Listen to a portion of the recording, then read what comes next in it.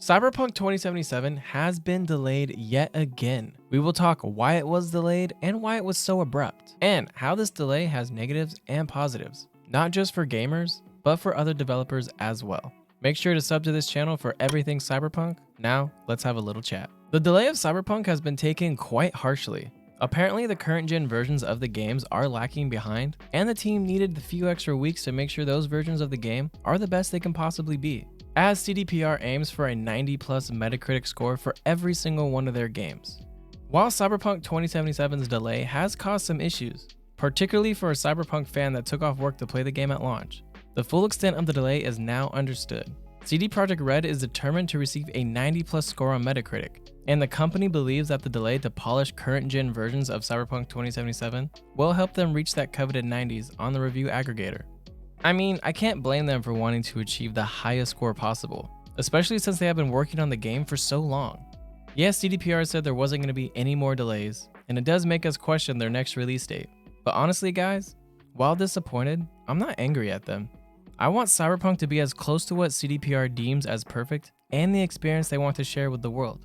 Too many games get released early and suck, and people just want it to be patched out in the future. Look at Marvel's Avengers game. You can't tell me that game didn't need another 3-month delay to be polished and fixed to be proper. And look at it now, it's a dying game. More games should be delayed. This notion that all games need to come out as quick as possible and be patched later needs to go. The decision to delay the game went under the radar, and most of the devs didn't even know. An anonymous dev from CDPR told Game Informer, about 90% of the studio didn't know about this, and that there was laughter and tears from the team because they were excited for people to play their game that has been years in the making, and the delay came out of nowhere and pushes back the experience for all. The laughter and excitement for launch is palpable throughout the studio, but the team knew how the news of the delay would be received. Laughter and tears paints quite a picture.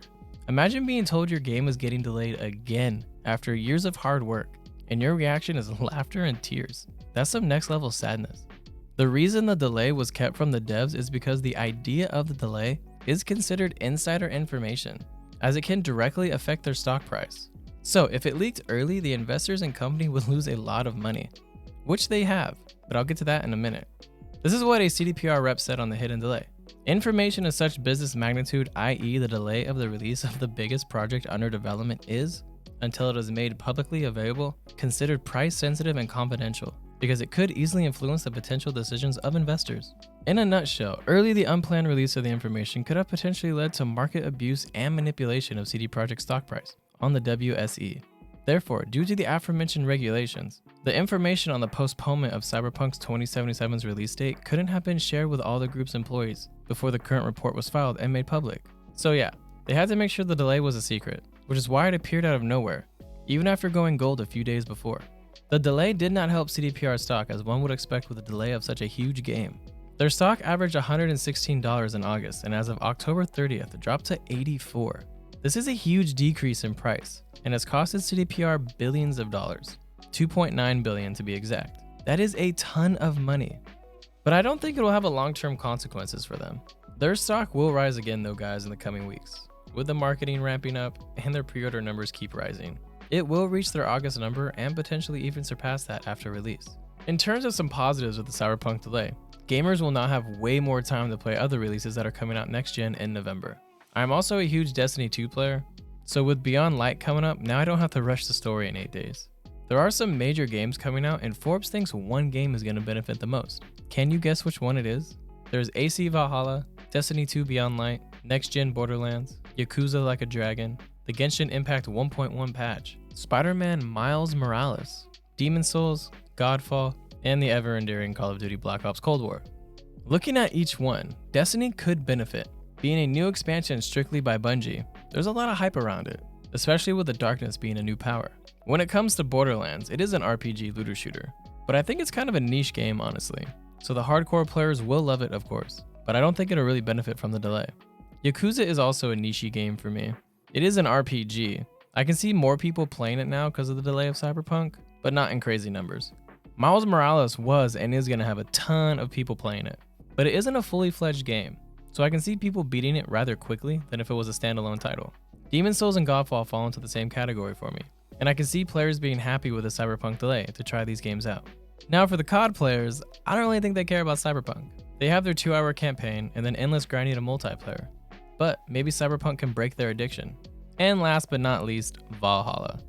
Yes, I saved it for last because even I agree with Paul Tassi of Forbes that AC Valhalla has the most to benefit from the Cyberpunk delay. Assassin's Creed Valhalla is easily Ubisoft's most hyped title, and I would say biggest release of this list. I've been playing Assassin's Creed since the original title, and even I would have dropped it for Cyberpunk. Now there's actually plenty of time to dive into Valhalla now, and enjoy it in a month rather than 9 days. For me, Valhalla is going to be Ubisoft's decision to continue with the AC series or drop it. And with Cyberpunk being delayed, this will really help Ubisoft get those players who are not going to get it to enjoy it. And if Ubisoft did a good job, maybe even save Assassin's Creed. Let me know down below if the delay of Cyberpunk is going to allow you to play any of these new games coming out in November. Now, for some negatives. Obviously, we all have to wait more weeks before the game is released, but at least you have more time to think about your character builds. And if you still can't decide, I have 4 videos that will help you, and I'll have them linked below. The really sad part about the delay is that some games that were launching in December have now been delayed themselves, since they do not want the competition of Cyberpunk. The first was Grinding Gear Games, who decided to delay their next giant expansion of Path of Exiles of December 11th to sometime in January. I know a ton of people were excited about that expansion, and now they can't play it during the holidays, and that's a bummer. The next one that followed is Rockfish Games, the developers of the space looter shooter Everspace 2. They are pushing back their early release launch from December to January as well. They were quoted saying, "We are aware that Everspace 2 fans will be unhappy, but competing with arguably the most anticipated video game in history is just not a good idea." And I'm inclined to agree with them. And as for the other games coming out in December, they're basically screwed. Cyberpunk 2077 is not going to be worse because it was delayed. It will be better. CDPR is doing their best and everyone will see that. Yes, people are losing their minds and people need to relax. You'll get the game eventually, guys. Take it as a positive and play those other games in November that you might have not gotten a chance to if Cyberpunk was released in November. Also, remember to sub to this channel because you love Cyberpunk. If you want to chat live, you can find me on Twitch Mondays, Tuesdays, and Thursdays. And the last thing to remember, always take it to the edge. It's the Cyberpunk way.